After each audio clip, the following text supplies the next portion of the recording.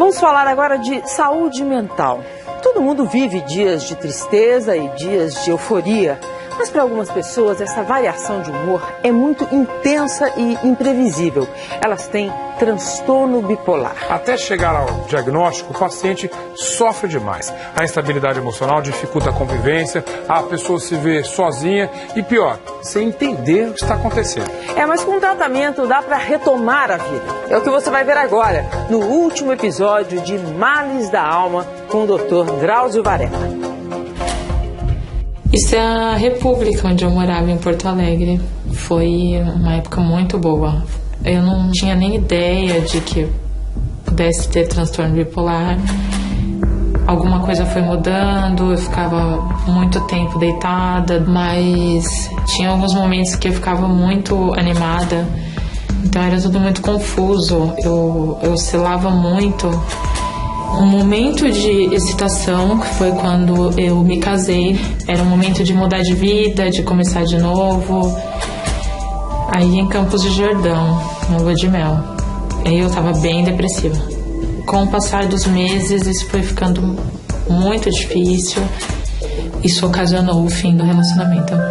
Fica um pouco de culpa, um pouco de frustração, um pouco de mágoa, com a mistura desses sentimentos ao ver essas fotos.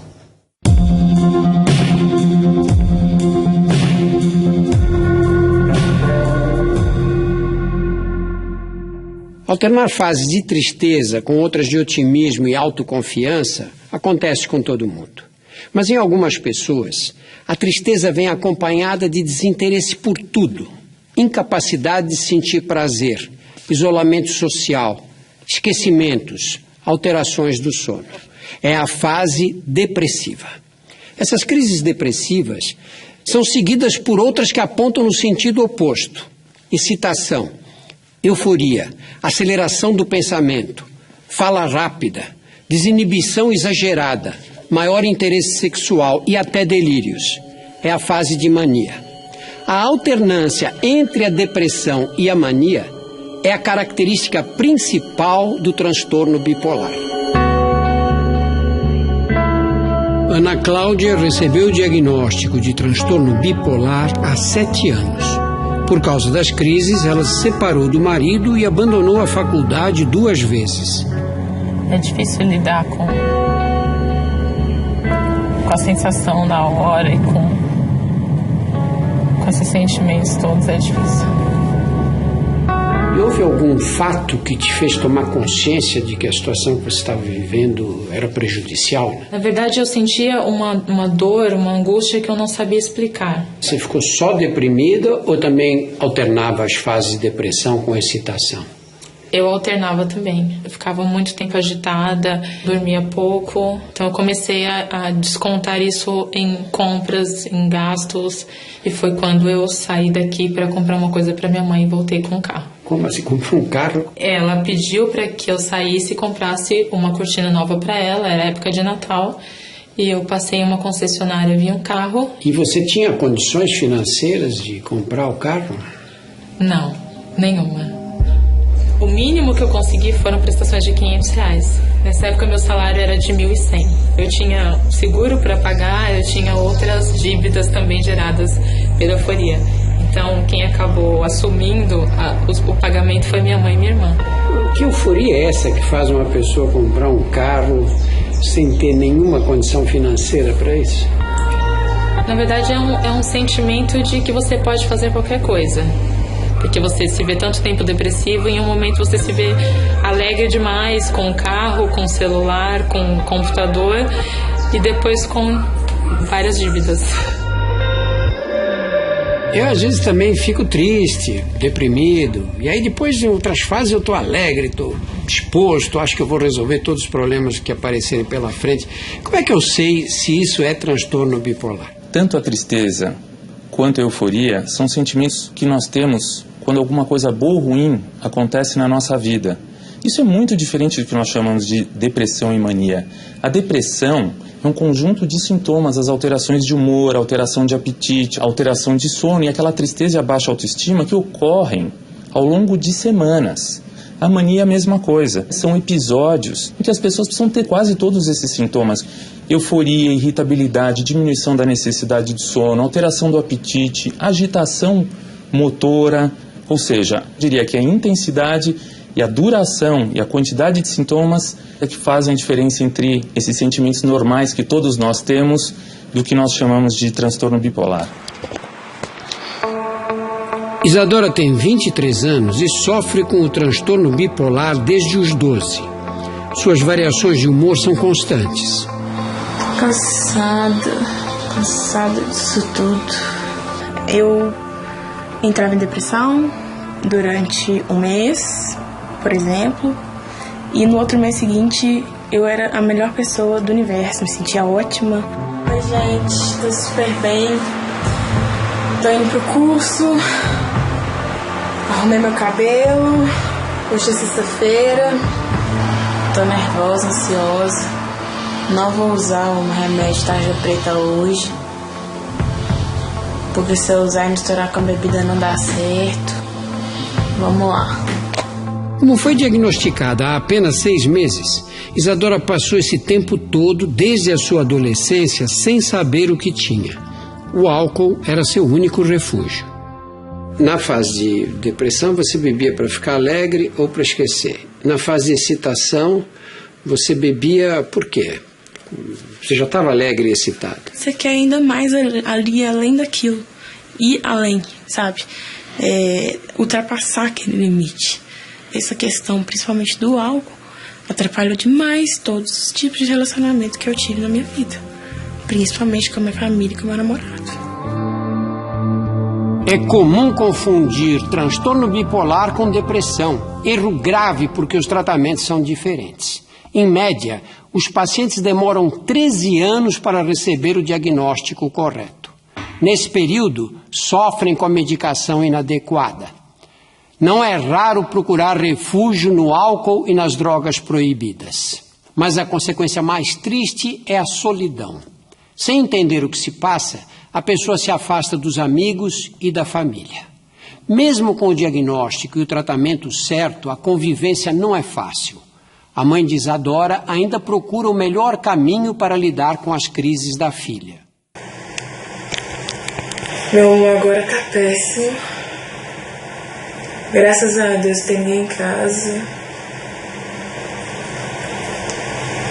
Com certeza que se minha mãe estivesse aqui, eu ia brigar com ela novamente. Todo dia de manhã a gente dá um jeito de brigar. E é isso.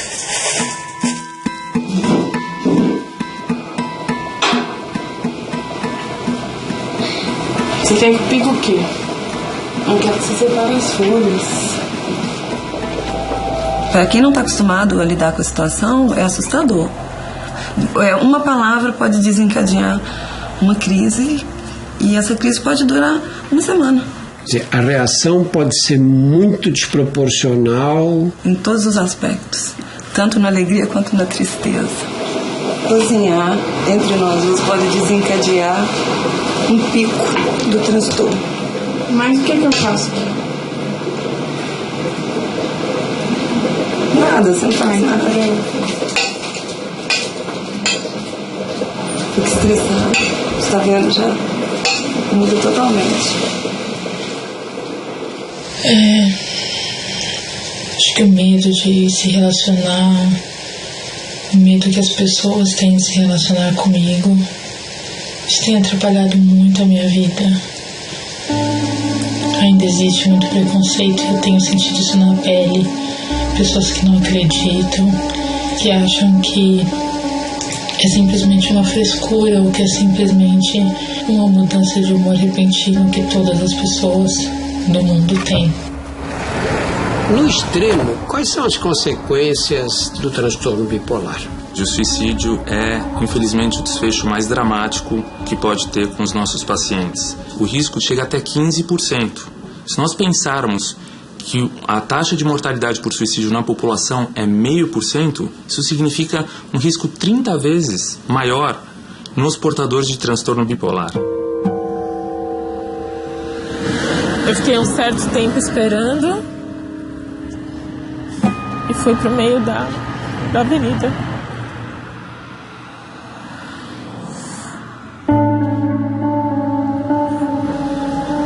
E aí eles foram em casa levar ela e ela estava em estado de choque. E aí eu fico pensando assim agora, aqui nesse lugar, né? Relembrando tudo aquilo que ela passou. Ninguém tem ideia do que significa isso pra gente. Eu te amo muito, muito, muito, muito, te amo. Com o tratamento adequado, o risco de um paciente chegar a essa situação extrema pode ser reduzido em 80%. O tratamento do transtorno bipolar é feito com medicamentos estabilizadores de humor e psicoterapia. Infelizmente, pelo menos a metade dos pacientes interrompe a medicação. Primeiro, porque os remédios exigem tempo para que as doses sejam ajustadas. Segundo, porque na fase de excitação a pessoa acha que ficou curada. Os medicamentos não curam o transtorno bipolar, mas o tratamento ininterrupto, acompanhado de psicoterapia, é a garantia de uma vida mais tranquila, sem sobressaltos. O tratamento estabilizou o quadro de Ana Cláudia. Com o apoio da família, ela retornou aos estudos e sonha em se formar em jornalismo.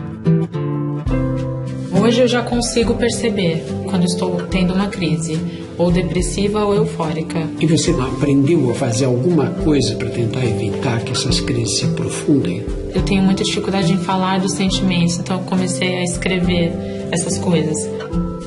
O que eu não consigo passar pro papel, eu passo pra fotografia. É um hobby que me ajuda. Em alguns momentos as fotografias são um pouco o que eu sinto.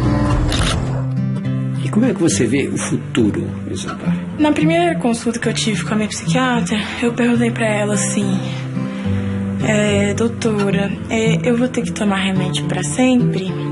Aí ela falou assim: vai. É igual uma diabetes. Você vai ter que tomar remédio pra sempre. Infelizmente, não tem jeito. Mas você vai levar uma vida normal. Você vai se cuidar e vai levar uma vida normal. O meu sonho é terminar a faculdade, não ter que parar por crise ou por nada. E eu vejo o meu futuro dessa forma, levando minha vida do jeito que eu levo. Trabalhando, estudando, sempre seguindo em frente.